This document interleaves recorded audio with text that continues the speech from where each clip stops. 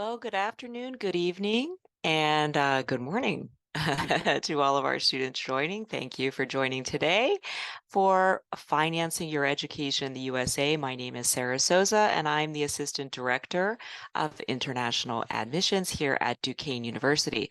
Before we get started, I'm going to ask all of you to make sure you are muted because while we are here to answer your questions, we'll do that at the end and we'll do it in the chat. So if you think of questions when I'm presenting, go ahead and put them in the chat. My colleague Andrew Conlock is here, kind of helping me manage. Andrew, if you want to say hi, you can introduce yourself. Hi, everybody. So I'm Andrew. My title is Manager of International Missions and Recruitment here in CG. I will be on the keyboard on the chat and very glad to be with everybody today. Thanks so much, Andrew. And he just got back from a great recruiting trip in East Asia. So we're all over the world, really, in terms of finding our students. And just a little bit about Duquesne, because we're not going to spend too much time talking about Duquesne, but I want to remind everyone we actually have students from more than 70 countries that come to Duquesne University. So we are really blessed here to welcome students from so many different backgrounds and share their culture here at Duquesne University. It's one of the best parts of my job. So here today, we're going to talk about financing your education in the US. This is a popular topic, so I am recording it and we'll put it on our YouTube channel. I want to start off is just giving you the reality of the cost of education here in the US. It is expensive, okay? There's no way around that. I put the cost, this is the full cost of tuition for undergraduate studies here at Duquesne University, and the average cost of living on campus. That does include all of your food and utilities. We average the cost of insurance, books, and supplies at $5,500. And we do offer partial tuition scholarships at the undergraduate level, and you'll see that amount below listed. So, yeah, it's a lot of money for everyone. And I just, want to also highlight it's a lot of money for Americans. So, we're talking about international specifically here in this webinar, but I want to remind you that this is a tremendous financial undertaking for most people. So remember that as we move forward, Americans and internationals alike. Let's go to postgraduate tuition. So this is for those of you who are studying your master's, and PhDs are a little different. So we'll say mainly masters. Tuition fees here can range up to $30,000 a year, though. Usually the tuition is here at Duquesne is around 16,000 per year. Housing, I estimated the same as the previous slide because this is what will be on your I-20, or around that amount will be on your I-20, and you're estimated for books and supplies and insurance. So you'll notice that the scholarship is not applicable here.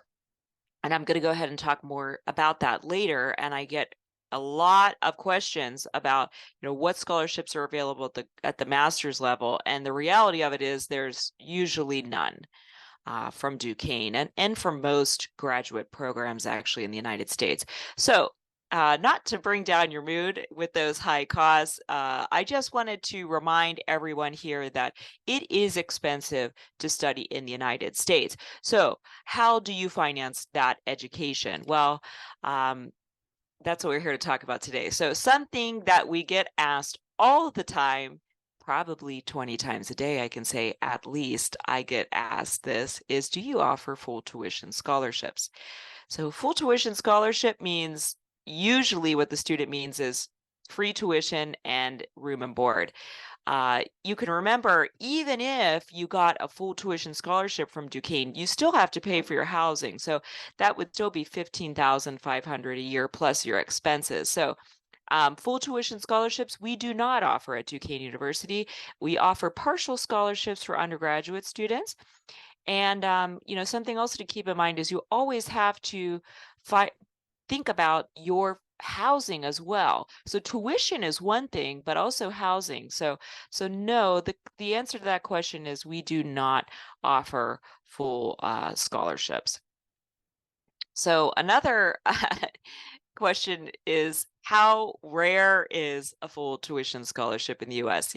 We get this asked all the time. So really, what is the likelihood that an undergraduate student can get that? And it's actually extremely rare. Unfortunately, less than 0.1% of students in the United States receive full tuition scholarship. So that is everybody.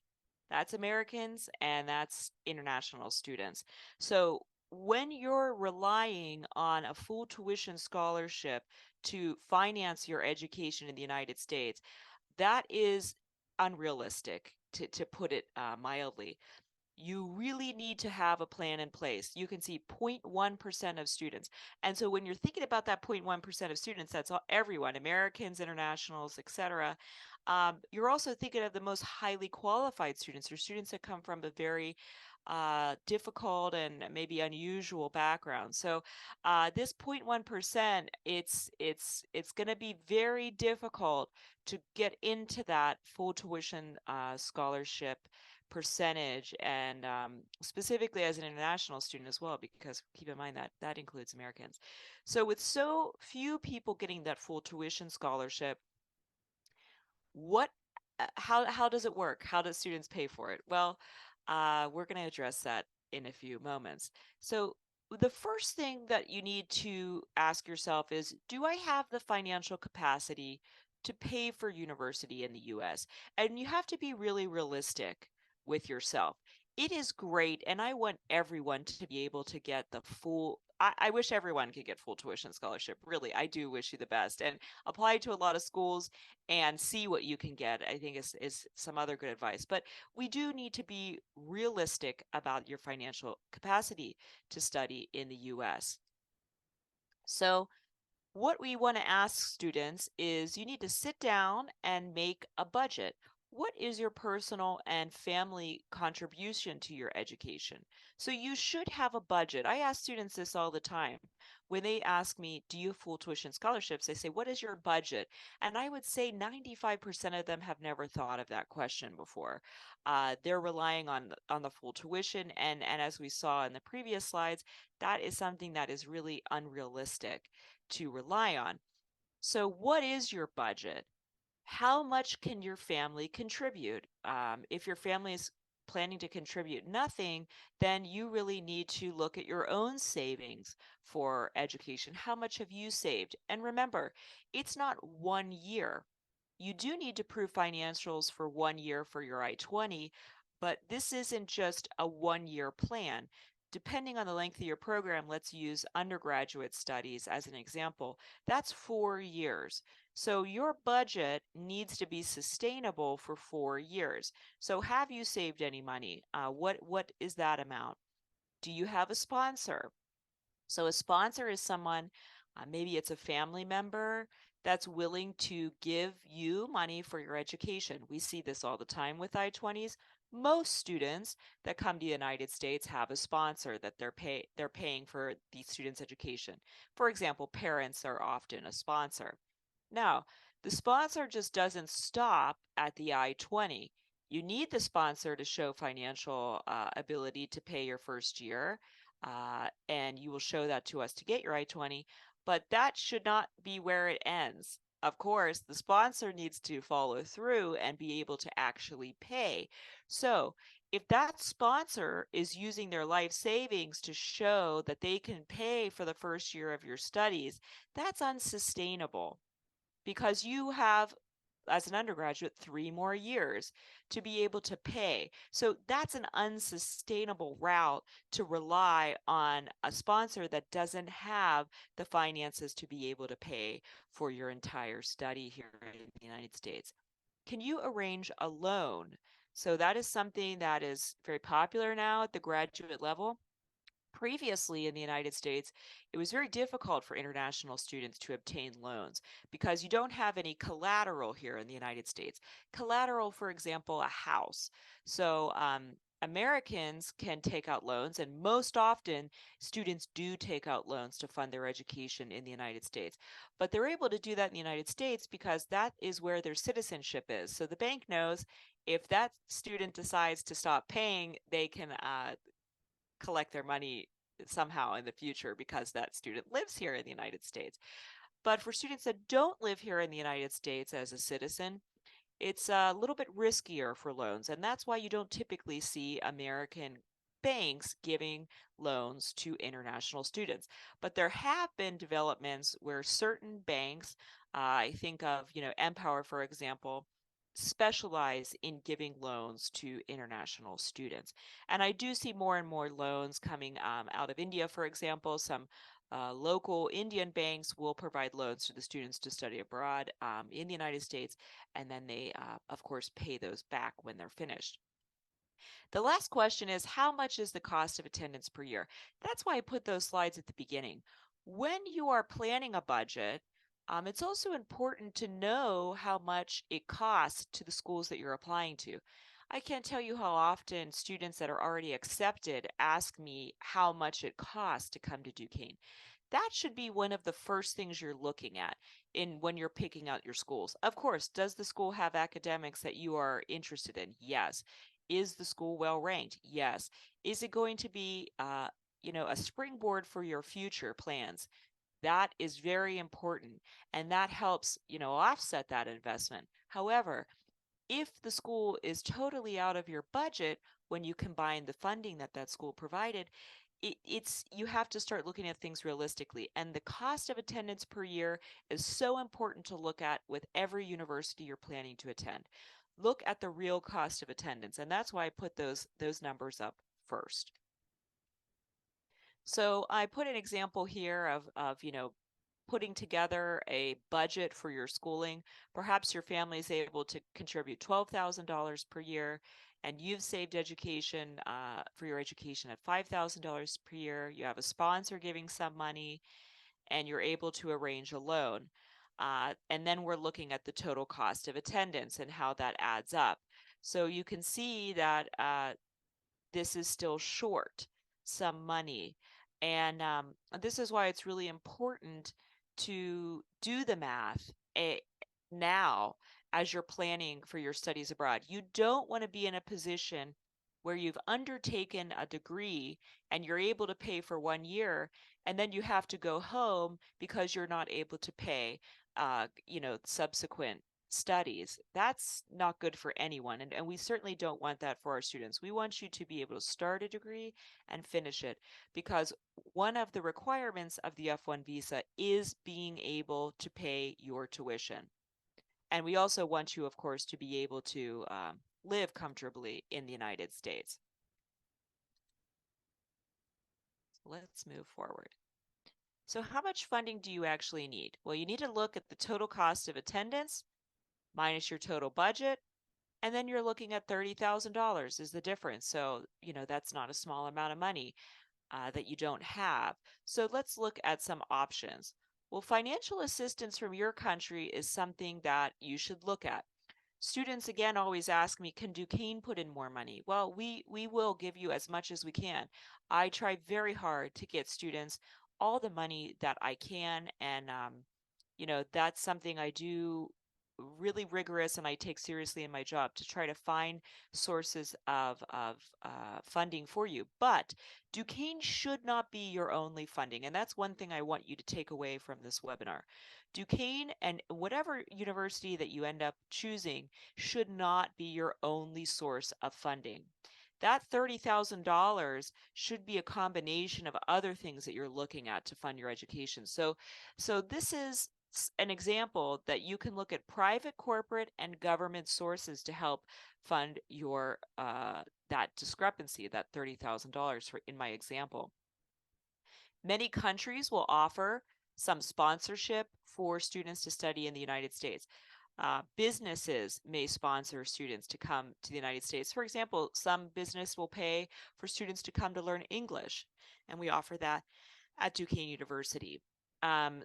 For specific, for example, health fields, you might see countries paying for students to come here study something very specific with the expectation that they go back to their home country. And you'll have to understand those requirements as well. There's an old saying here that nothing is free. So when you're getting that scholarship money from businesses or government, understand the expectations that they have for you. Will you need to go back and fulfill those obligations? So looking for more funding from the United States, I have some links here and we'll share this out. There are some agencies that sponsor students from certain countries for designated funding, and you can speak to education advisors. I made that link available at the consulate or Education USA or so on. They might also be able to help you understand some specific awards, and that's going to be based on what you're studying, based on your grades. Don't forget, grades are extremely important. Also, you being able to articulate why you want to come here to study. So if you can't answer that question, no one's going to give you full tuition scholarship to come to study when you can't tell them why it's important that you come here to study. So remember that as well. You should be able to articulate clearly why you need to come to the United States to study and why it's a good investment for them to give you that money to come here. So you should check out also these assistance from various resources from the United States, and also collect some information from those people available to you in your home country that know best. You know, as I said at the beginning of this, we have students from 70 different countries come to Duquesne University. I would be the first to say I do not know all of the funding opportunities for those 70 different countries. That's a tremendous amount of knowledge. And that's why you need to look to your local resources that are experts in your country. I would say I'm an expert here at Duquesne, and I can guide you on the resources here at Duquesne. But in terms of your home country, I would not claim to be that expert. You need to look to these people to guide you and seek more knowledge. So I've also listed some links here for students to look through, and perhaps you are able to gather some more financial assistance from these links that I have listed here. So remember, always a variety of resources. That 30,000 in my example that the student needs to offset their cost of education, they need to look for a lot of opportunities. My own example, when I studied undergraduate studies here in the United States, I got scholarships from various resources. And I'll tell you what, the best usage of my time was writing essays and applying for these essays because maybe I made $500 from a scholarship. It may have only took me an hour to apply for that scholarship. That's $500 an hour. I definitely was not making that. It was many years ago when I was an undergraduate, and I was not making close to that per hour when I actually worked at Blockbuster Video, if any of you had that in your home country when we used to rent videos. Anyhow, that's an aside. The point of this is to say your time is valuable, and spending your time looking at these resources is better spent than emailing all the universities and asking for full tuition scholarships. You should ask the university if there's any opportunities for you, but you should also be aware that that university is most likely not going to be able to cover your full cost of studies and your full cost of housing. Keep in mind, you will need to pay for your living expenses. You may have never done that before. You probably live at home with your parents. And living on your own comes with some surprises in terms of expenses. So be prepared for that. And these are great resources for you to check out. So I also have a QR code of more resources for you. And we're going to go through this, an example of one. So please do check this out. I'm going to leave this on the screen for a moment and you can scan it and open it, but also be aware I will be sending this to all of the registered students, and I'll post this video on our YouTube channel. If you don't know what our YouTube channel is, maybe Andrew, you can pop it in the chat. It is at International DUQ. So the at symbol, International DUQ. And I have most of these webinars on there. I do them almost every week, and we put them on the channel for students to watch. So if you're asking for visa interview tips, I already have it up there. I beat you to it. We have a video available for you on that channel. So let's look at an example here of a scholarship from this website.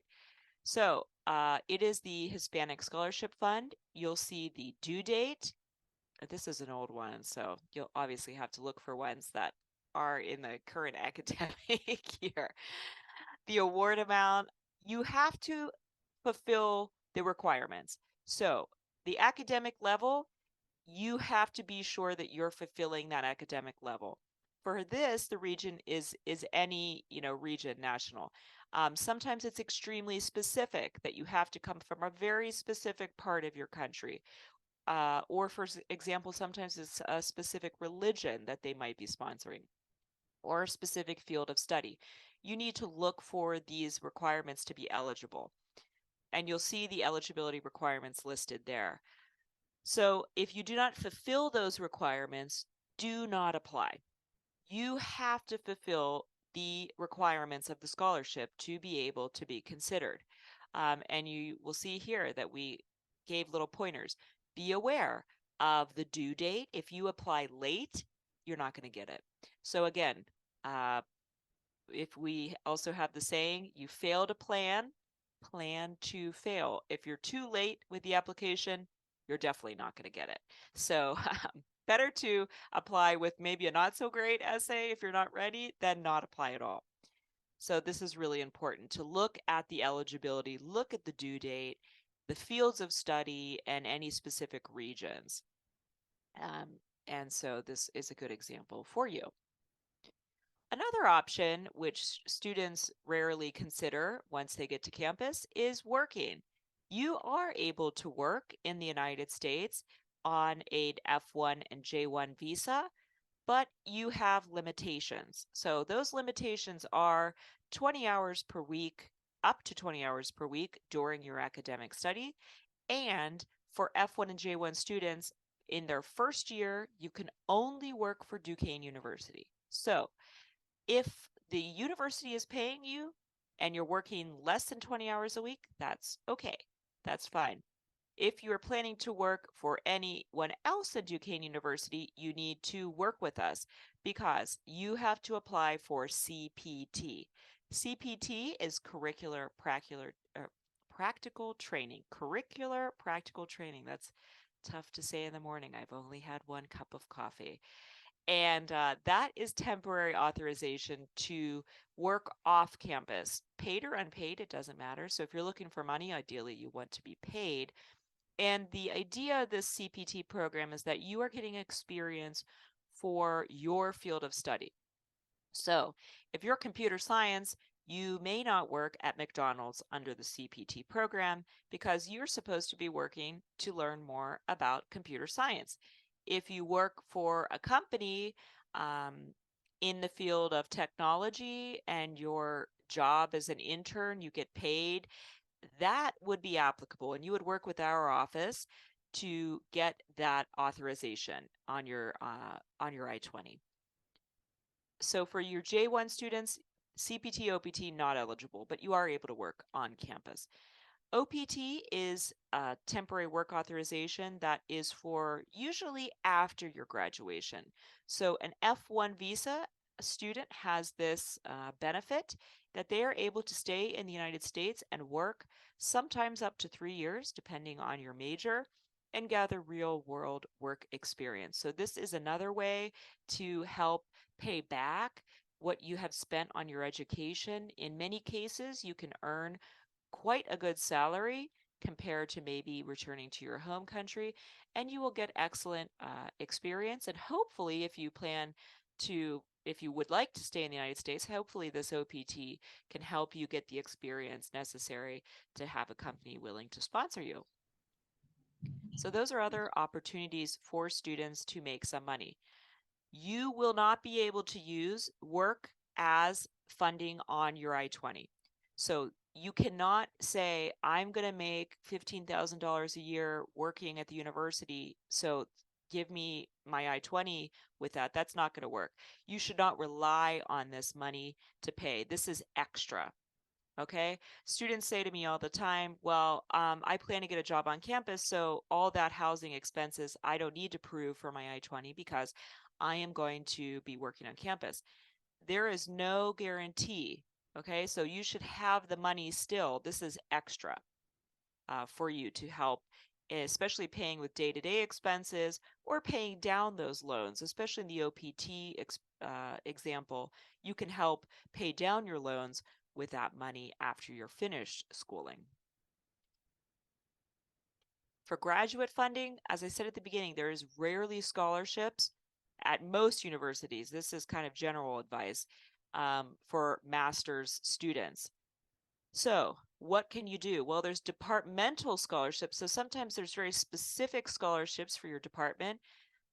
These last three are the more common in the category. Those are research assistants, teaching assistants, graduate assistants. So they all have different responsibilities and they all have different amounts that come with them. But essentially, departments will give this award to master's students or to PhD students. That's usually how PhD students fund their tuition and living expenses. You will serve kind of as an assistant to the professor and help teach classes or help the department, for example. So you may get your tuition expenses removed. You may get partial tuition reimbursement, or you might get some money given to you, or a combination of all of those things. So you need to be very competitive to receive these. So if you're a graduate student and you're applying to Duquesne without English test scores, without a GRE, and with grades that are, okay, you can't rely on these because these are going to be for the top students. So when I say, work on your grades and be a competitive student and spend time with that SOP, the statement of purpose, this is the reason why. If you think that you need to rely on funding at the master's level, then you need one of these four categories. You have to be a competitive student. Not providing test scores is not going to make you a competitive student. And actually, most departments here at Duquesne do not give any of these funding to students that don't provide GRE, GMAT eh, test scores. So if you don't have those test scores, it's likely you will not be funded. You can check with your department directly, but typically that is the case. So just to reiterate, it is not reliable to ask the school, the university, the college for full tuition scholarships. It is better to plan to rely on a combination of all of these categories to help fund your education. Personal and family contribution, financial assistance from your home country, financial assistance from the US, external scholarships, working on and off campus when you get to the United States. And also, if you're a master's student or PhD, some graduate funding that may be available to you. So it's really a combination of all of these things. It is not just a single source typically that students rely on. Okay, so that's the end of this presentation. Again, I will share this out with you. We can start taking some questions in the chat. So I saw while I was talking that there were some questions popping up, and you're welcome to pop in message now, and I can try my best to help answer them. So one student asked about applying to different loan companies. That is totally up to you. So if you're looking for a loan to help pay for your education, that's going to be different for every student and in every different country. Some students might be able to find loans in their home country pretty easily, and some may not. And you might also find specific lenders that are willing to lend to international students. So that is up to you. Duquesne University does not offer loans, so we would not be offering you any loan to pay back for our students. So that's totally up to you to research those loans. So another student asked if there's any scholarship for being Catholic. So that is probably unlikely at the graduate level, unless you're maybe studying specific theology, like a Catholic studies major. At the undergraduate level, there is various scholarships available. I wouldn't say that it's only given to Catholics, but certainly if you're looking at a specific study in Catholic studies, there could be funding available. But as I said, we give student scholarships from 70 different countries, so we really have students from all religions here at Duquesne University. Okay, looking through some more questions. So if you have questions for Mary Beth about immigration, then you should email her, or you can email Intel Admissions. Intel Admissions is really the box, I'll put it in the chat, that goes to everyone. So what happens when you email me is I get the email only. Intel Admissions, we all see the emails, so we're able to better assist you when it goes to that inbox. If I've spoken to you directly about something and I tell you to email me, then stick with emailing with me. But what happens is students kind of send an email to Mike, they send an email to me, they send an email to Intel Admissions, and really, um, it's all going to the same place. So don't email both. You can just email Mary Beth or email Intel Admissions. But yeah, please send your emails to Intel Admissions if you have questions about specifics for your application or for your financials. Okay, so a student asked about funding for computer science. So at the undergraduate level, computer science, students will receive partial scholarships. It's called the Lieberman Scholarship. At the graduate level, there are only graduate assistantships available. There are no scholarships for computer science at the graduate level. If you would like to be considered for computer science graduate assistantships, you must submit a GRE test score. That's very important. At the graduate level, if you plan to apply for a graduate assistantship funding, you must submit a GRE score. They will not consider you otherwise. And also, you have to be applying for the fall term. The spring intake will not qualify you for consideration for graduate assistantships. Okay, at the undergraduate level, all international students that are accepted are considered for the Lieberman Scholarship. That's at the undergraduate level, and that is varying amounts based on the merit of your application. So to put it out there, we do not consider CSS profiles. Of course, when we're looking at students from 70 different countries, there's no way to consider someone's financial situation from that many different countries. So what we do is we have the generous Lieberman Scholarship that we give based on the merit of your application at the undergraduate level. So when you're accepted at the undergraduate level, you can look at page 2 of your acceptance letter and you will see the amount of the Lieberman Scholarship that was assigned to you. And usually that's a very generous award. We know that international students, it is hard to have funding, so we try to be generous with that award. Any other questions? Again, I'm going to be sending out this PowerPoint so you can click on the links, and we will make this available at some point on our YouTube channel.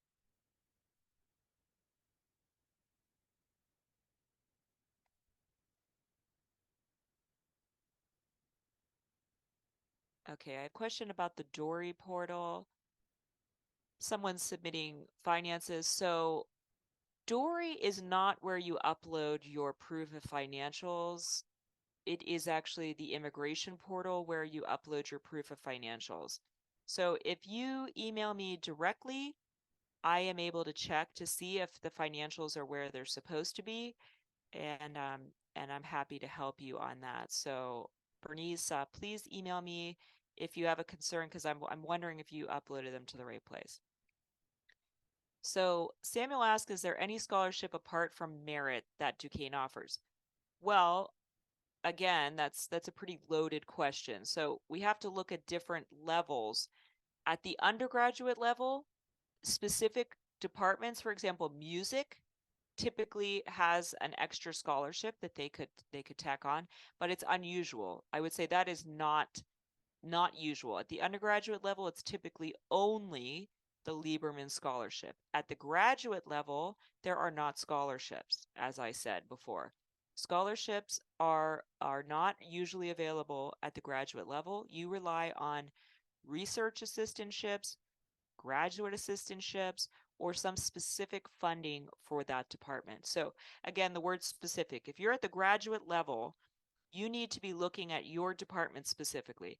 My job here, I handle everything in terms of undergraduate, looking at the applications, the funding, and so on. At the graduate level, your departments are the ones that are going to be evaluating your application, evaluating your funding.